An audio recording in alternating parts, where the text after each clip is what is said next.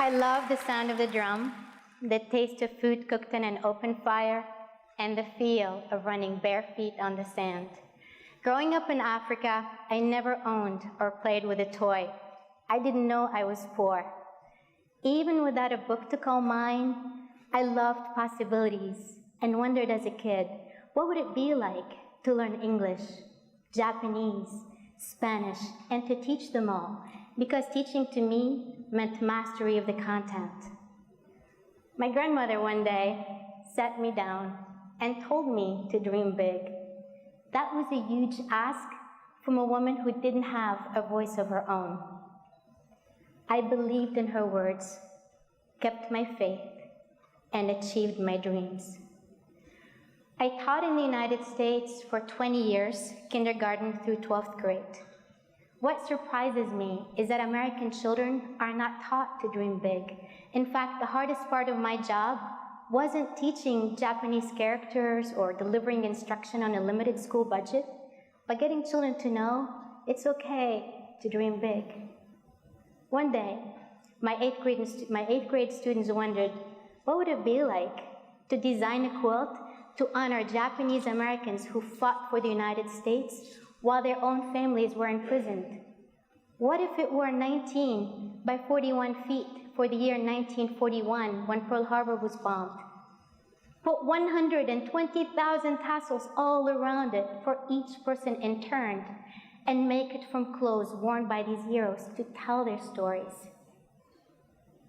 They did it.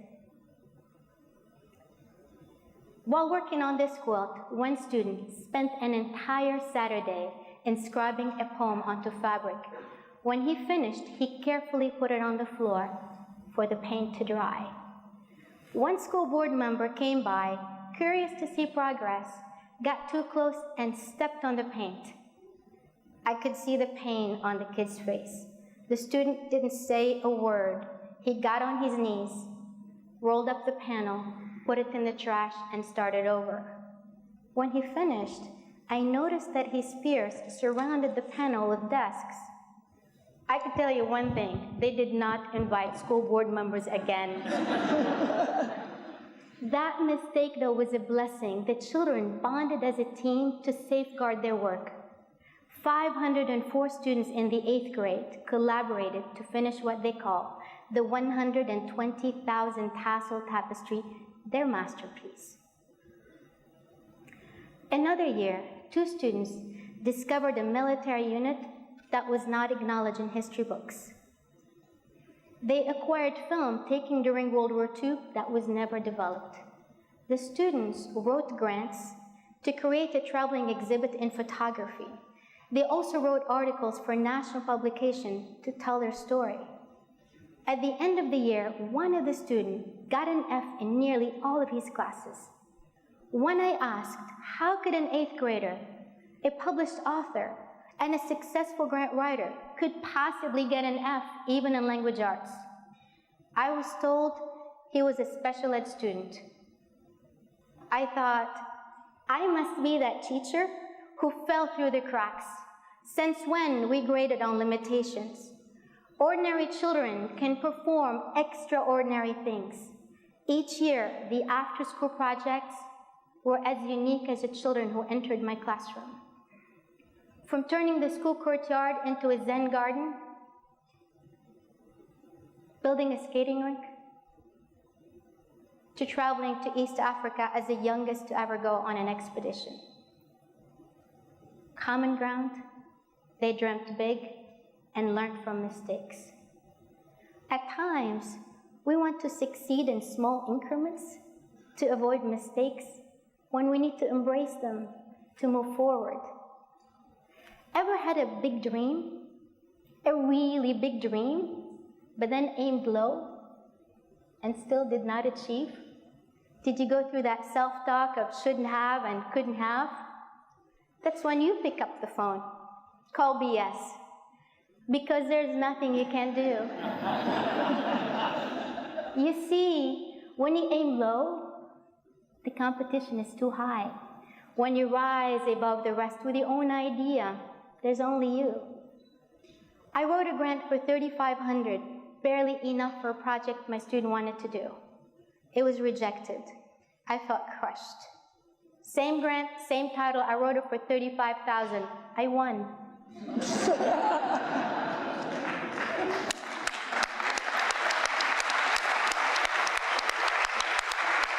We must set our sight big for our children. When we don't, we shortchange ourselves.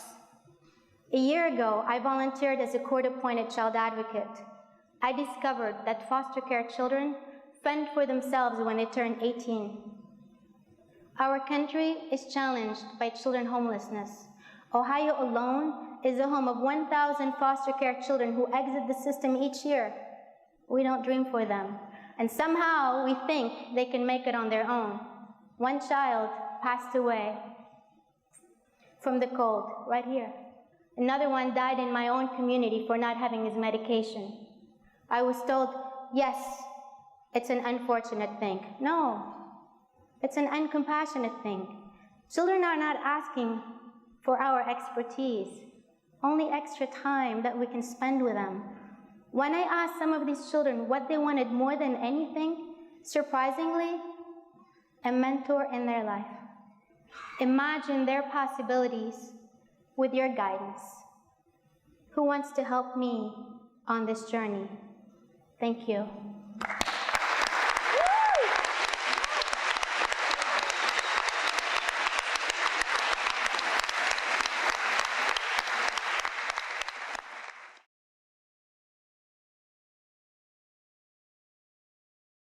This is a studio where my 8th graders come after school every day to do a talk show. We have 2 talk shows, one called Youth Voices in Greater Cincinnati, and we have a parallel program called Voices Without Border, and that is for the children who they don't speak English or they don't feel comfortable yet. As long as they can get someone to speak their language, then they can host it in any language that they would like to. So I am grateful that you have seen the TED Talk and you're able to track me down and for us to connect, because it's a topic that is very dear to my heart, and I'm proud of seeing you here hosting the talk show. Thank you so much for having me. And I guess I should shout out to Troy Davis, who introduced me to you. So thank you to Troy for putting us in contact. My name is Tori Vogelsang, for anybody watching. I work at Kentucky Campus Compact, and I'm the Director of Academic Engagement. And we are co-hosting the first of its kind virtual conference on housing insecurity, and specifically how it affects students and what is higher ed's role, what are colleges and universities' responsibility to be addressing this issue with their students and their communities. So thank you so much for joining us. Troy introduced me to you as the Ohio Teacher of the Year, and since then you've gone on to be named as a finalist for the National Teacher of the Year, so we're all pulling for you. Thank you. Thank you. I'm very grateful. And you've been so generous in supporting us with this event through your time, coaching other presenters, and recording. So thank you so much for being a part of this with us. You are very welcome. So what questions do you have for me? Great. So just to kick us off, could you tell us about how you see this issue of housing insecurity show up with students? I have met in my work with homeless youth in the streets of Cincinnati when I wanted to get answers, that they were not interested in going to universities. And what surprised me, I thought when I'd be working with homeless youth that maybe they dropped out of high school, they did not finish, but a lot of them are very smart kids. Yeah. I think out of every 5 kids that I see, maybe 1 that didn't finish or maybe have special needs. Maybe they have special needs, but a lot of these kids, even with special needs who have graduated, they are capable of going to college. And something that was pointed out there are many things that were really brought to mind that I never thought of. One time I see a kid it was raining. It was a very cold day. And I says, would you like to have a cup of coffee or hot chocolate? And we were downtown Hamilton, and he said, yes, please. And then I didn't even realize that, I thought at the end, he'll have close to change. They have nothing. That was it. And when I hosted the camp, one of the things that I didn't think about is one kid goes, "Oh, I can't take my shoes off." I'm like, "Why? Take your shoes." And he wouldn't even eat. And he said, "I want to take a shower first, but I need to wait because it's going to be painful." And when he took his shoes off, it started bleeding because it was very tight and he was outgrowing his shoes. And these are issues like, you should go to college because you can end all of this. And so where do you begin the application process? Where do you begin where you choose what major or how? It's really a challenge. Like, there's so many things. We take for granted when you have a parent and you're sitting on the couch and filling out the FAFSA or maybe going to college visits, and they don't have that. And I think the basic when we start at having a home, having a place to do this. Yeah. And that is where we need to begin, the basic needs of having a place so you can think and be able to do these things that they seem to be luxury to us. So important, thank you. So we have watched your 2015 TEDx Cincinnati talk, and you alluded to your ambition to have an Ohio law changed at that time. So can you catch us up on what you've done with the law since then? It did pass. It took 3 years. I quit my job. I was a teacher at a high school, and I started seeing this issue, and a lot of children would come. They're not children, to me, they're all children. But I see these big kids who are great athletes. And in the morning, they would be sobbing. And they say, "I'm aging out." I'm like, "What are you talking about? You're a little, a kid." Yeah. And then after that, I don't see them. I'm like, what does that mean? And I started asking, "Well, I'm in foster home. What does that mean?" So I did the CASA training, the 35 hours. And I thought, oh my God, honestly, it's a dysfunctional system. How can we do that to our children? They are 18 years old, and then on their 18th birthday, they get a pillowcase, take your stuff and go. And I didn't want to be part of it. I completed all the training. I decided this is not what I want to do. And I started speaking with people, and I realized how naive I was. A lot of teachers, I think, are naive. I know I was, because there are a lot of things I did not know. And I wanted to meet with people, and I would wait a month, 2 months. And one time, I wanted to meet with a very important person in the Butler County. And when I get there, they decided that she was not available. And I said, "That's fine, I'll have another meeting with another person." And suddenly I saw that person walking like a gorilla, like down. And I realized, because there was a window and he didn't want to be seen. And a secretary came to me and she says, "Yeah, about those kids, that's an unfortunate thing." And I realized, well, how does she know what I was going to talk about? So they knew. And I remember I was so hurt and so upset and so dismayed that I didn't even take the elevator. I wasn't going to wait. I just want to start crying. And I took the stairs, and I don't know, I told myself, they will hear from me. Of course, I thought I was telling this to consolate myself, just so I wouldn't cry, I wouldn't be upset. And I went home and I saw an application for a TED Talk, and I filled out the application. And then I was running, and I didn't tell anybody. And so when I was asked to go for the audition, I didn't even tell my husband. He goes, "And so where are you going?" He's like, "Oh, there's this audition I'm going to go to." He goes, "Like that changed? I mean, don't go in yoga pants." Okay, fine. So I ran up the stairs, and it was at Mount Adams, and trying to find parking, and like, oh my God, I have to go up this hill. And it was held at a bar, so it was very uncomfortable. And the people were absolutely amazing, the people auditioning. So like 112 people that were signed up to do the talk. And out of the 112, there were 15 people that day. And all I was afraid of, like, oh my gosh, I just hope I can remember to speak English, because sometimes when I get nervous, I switch to another language. It's more like comfortable, like French. And then I saw people at the end, people with tears. I'm like, okay, I think I got the message. I made the Audience Choice Award, and I was asked to come back, and then I would be coached. By then, I already knew my message, but my mentor came all the way from Colorado to be there as support. And of course, they had to start with a person whose English was not first to say, you're going to start. And that helped me have some visibility to be able to talk to a politician. And at that point, like, you know, I already lost and I already gave up everything. At my 20th year teaching, I put everything in the trash and didn't tell anybody. And I resigned because my heart was not in it. And I told myself that if I was not going to be excited about teaching, that I wouldn't teach. And I thought, oh my God, you know, this is, you know, I didn't want to go to school. I didn't want to go to work because my heart was on these kids.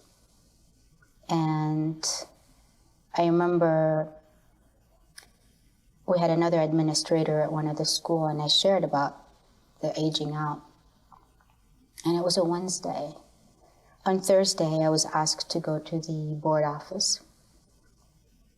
And it was 4 o'clock. Well, school ended at 2. So that means I had to wait at the high school for 2 hours. And I go, what is it about? What is it about? And I was told that I'd be teaching kindergartners. I was teaching 11th and 12th graders. And I saw it as a punishment because it's not we all know it's not a promotion. You don't go from teaching seniors to teaching kindergarten when I've never done that. And I wasn't so sure if that was to push me out. And I cried, but I made the most of it. I worked after that for 3 years, finished. But when I left, I cried because I left those kids and I didn't even get to say goodbye. And I couldn't go back. So I took all my belongings. It didn't matter what I left. And so in that 20th year, put everything in the trash. And I guess I told myself, and I knew the consequences. You know, a public school teacher with that much education, with that much, I had 2 master's degree, national board, went to 8 universities, so many credit hours, and I knew the minute I left, nobody would hire me. And I said, at the end of the day, I cannot take my shoes. I could take my shoes off, but I can't take my conscience. I have to sleep with myself. And I told my family that my son had just come from the military, that you're not going to be able to go to college. I can't do that. And I still saw him as very lucky because at the end of the day, he can come home. And in seeing all these kids, what I was really seeing, I was seeing that could have been my son. That could have been somebody. And the reason I kept thinking that, because I used to think that children who were taken from home, they were being taken out of abusive homes. But that's not what happened. A lot of times these kids were taken out because of cultural differences. You have a mattress, that mattress is directly on the floor, doesn't have the Western style bed. They take that away from home. And I thought, how hypocrite is that? Because they take children who had been sexually abused, and then right away they send them back to the home. And because they say the goal of the court is to reunify these families, but they didn't do that to those kids who were taken away from a different culture. And I said, so whose side are you on? And that's when I start to see this is dysfunctional. There's a lot of cultural misunderstanding that needs to happen. And I felt there's so many things that needed to be done. And so I felt like, at this point I have no job, have no employment, nobody will hire me, might as well do this and put my heart into it. And one way I was so naive, I drove to Washington, D.C., hoping to meet my lawmakers. And goes, no, they're in Columbus. And then I go to Columbus, and I see this guy twirling on a chair. I'm like, why is my congressman twirling? And then later on, turns out he was the intern. So it was so much, it was very naive, but, I would go to all these networking events. And I wasn't so sure what it is that I was doing. Like maybe I was hoping for acceptance. Maybe I was hoping to share my idea, but I would go.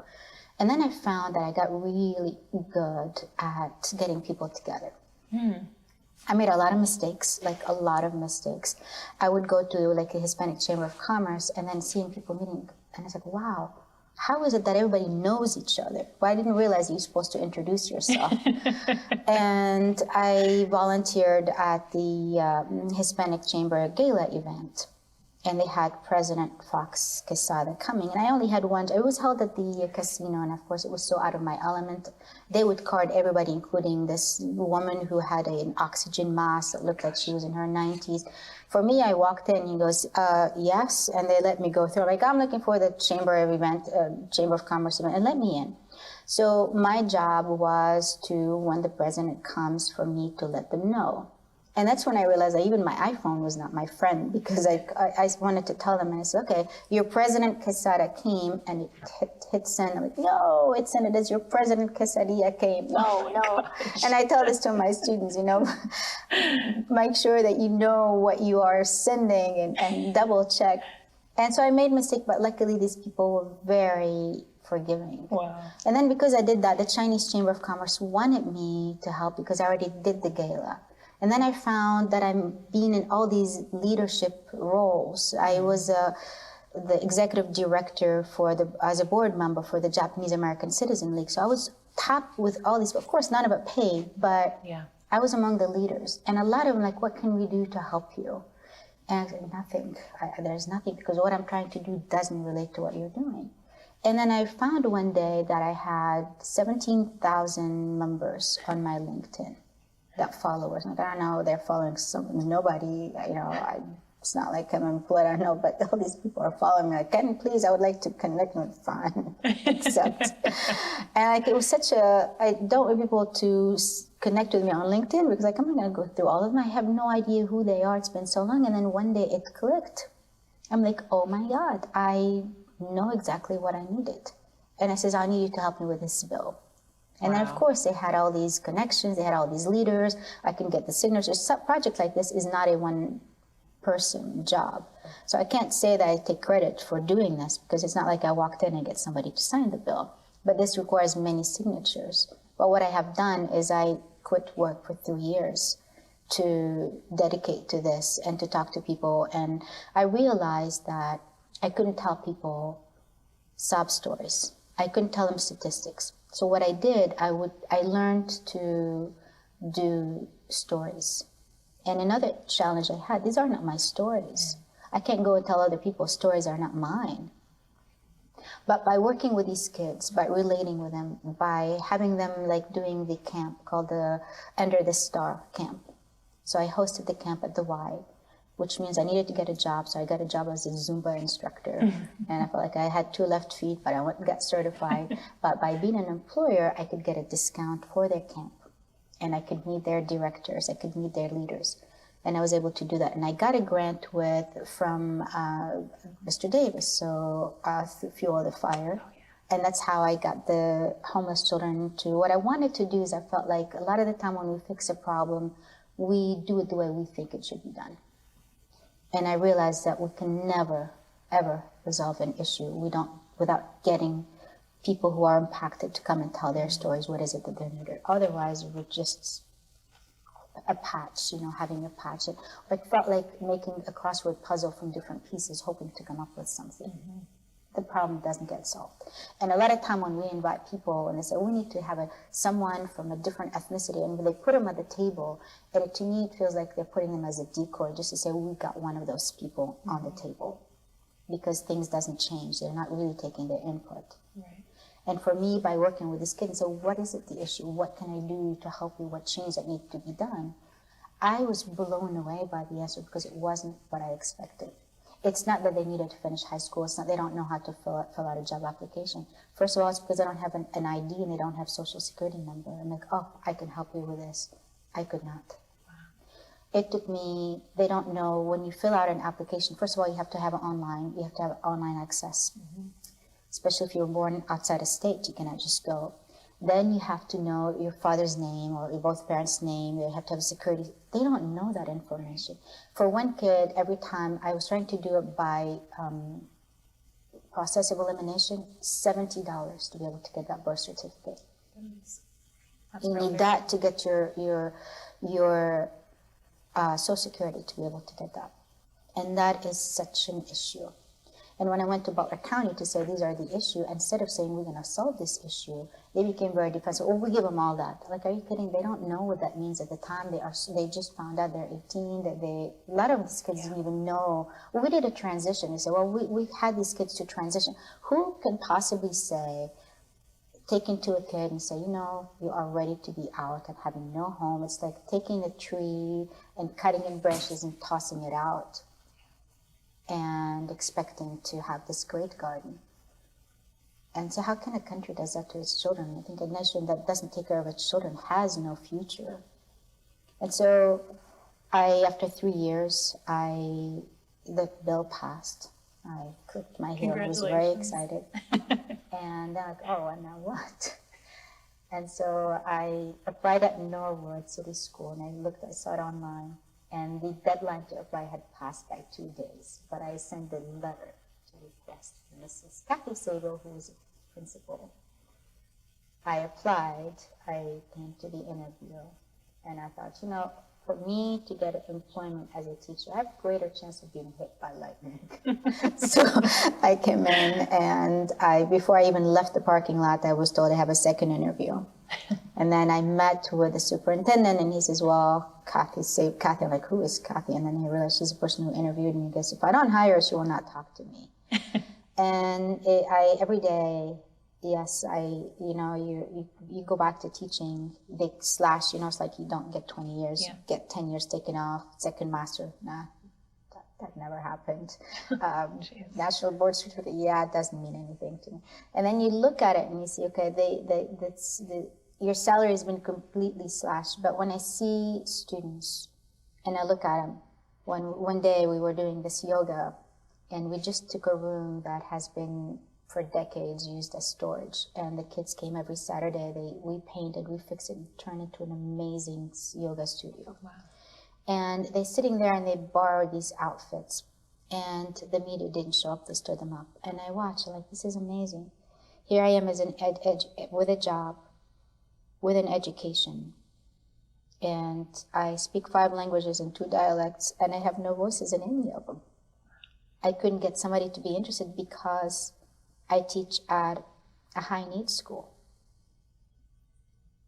And it didn't matter, so it's okay. And again, the work of my students, they made it to underground museum.